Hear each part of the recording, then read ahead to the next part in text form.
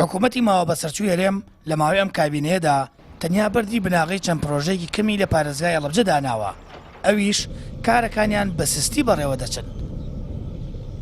چین و توێژەکانی هەڵەبجە دەڵێن لە کابینەی نوێی حکوومەتە بەڵێنەکان بۆ پارێزگاکەیان تەنیا زارەکی بوون و لە ئەرزی واقعدا هیچیان جێبەجێ نەکردووە. بەس ئەوەی کە مهم بێ بۆ هەڵەبجە بۆ نمونە مەرزی سازانە ئەو پردانەی تۆقتە ئەوەی تەنگی سێم حەمەوە ئەم پردانە کە وعدێدەن و بناغی دائنێن و بۆشی ناکەن. ئەمە ناڕەزایی خەڵکی هەڵەبجە دەرەبرێت. پرۆژەی استراتیژی هیچ پرۆژێکی استراتیژی نەبوو، زۆر لە پرۆژەکان هەر وجودیان نەبوو، هەر تەنها ژمارە بوون و ئەسڵەن هەر نازانرێت. ئێمە وەکو ڕێکخراویش بە دۆداچوونمان کرد و کات زۆرێک لە بەڕێوەبەرایەتی گشتیەکان کە معنین بە دانی زانیاریەکان بەسەرەوەی خۆیان و بۆ وەزارەتەکان و بە ئەنجومەنی وەزیران هەر ئاگاداری ئەو ئەرقامانە نەبوون کە لە بڵین سلکی خۆیان جێبەجێکرا بێ و پرۆژانە. بۆیە پرۆژەکان شتێکی وان نەبوون، تەنها ئەرقام بوون و بڵاوکرانەوە وەکو دەستکەوت و هیچ سوودێکی بۆ هەڵەبجە نەبوو، هیچ شتێکیش نەبوو کە بە هەڵەبجەوە دیار بێت. بەپێی زانیاریەکان لە کابینەی نوێمی حکوومەتی ماوە بەسەرچوودا 15 پرۆژە لە بودجەی نەوتەوە گۆڕاون بۆ بەرهێنان و هیچیان تا ئێستا جێبەجێ نەکراون. 34 پرۆژەی پەرەپێدانی پارێزگاکانیش هێشتا هیچیان نەچۆتە بواری جێبەجێکردنەوە. ئەمەش تەنیا بە جاکاری و پەراوێزخستنی هەڵەبجە خوێندنەوەی بۆ دەکرێت.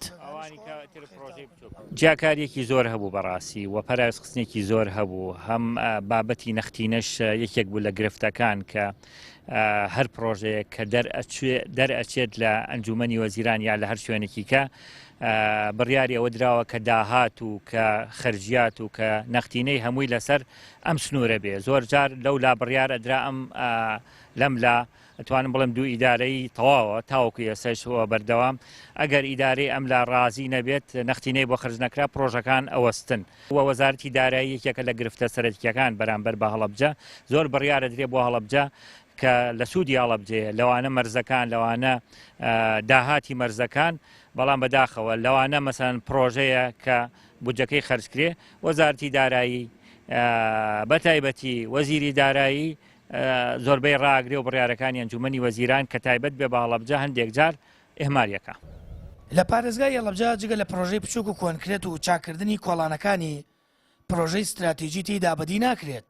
ئەو پرۆژانەشی کە استراتیژین و دەبنەوەی ئاوەدانکردنەوەی شارەکە و بەهێزکردنی ژێرخانەکەی کارەکانیان بە سستی بەڕێوە دەچێت یان بە یەکجاری ڕاگیراون.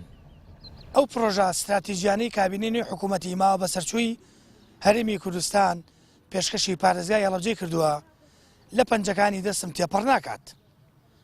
دوان لەو پرۆژانەی کە حکوومەتی ماوە بەسەرچووی هەرێم پێشکەشی پارێزگای هەڵەبجەی کردووە لە کابینەینەوە هێشتا پاچ لە پرۆژەکانیان نەدراوە. سامان فەتاح کەناڵی ئاسمانی پەیام هەڵەبجە.